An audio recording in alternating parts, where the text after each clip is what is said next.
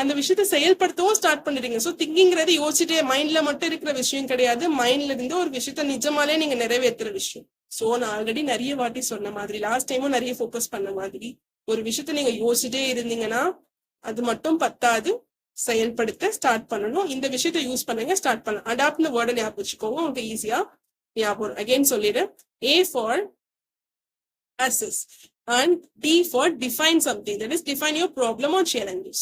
Okay, and again A for adapt to the situation. அந்த situation என்ன மாதிரியான situation இருக்குன்னு adapt ஆகிட்டு போங்க. different solution approaches are using it. Okay, and P for progress என்ன விதமான ப்ராக்ரஸ் இருக்கு. ஏதோ ஒரு விஷயம் நீங்க ஸ்டார்ட் பண்ணிருக்கீங்களா, உங்களால டைரக்டா ஹெல்ப் பண்ண முடியும், இல்ல அடுத்தவங்களோட ஹெல்ப் கேட்கலாம் அந்த இடத்துல.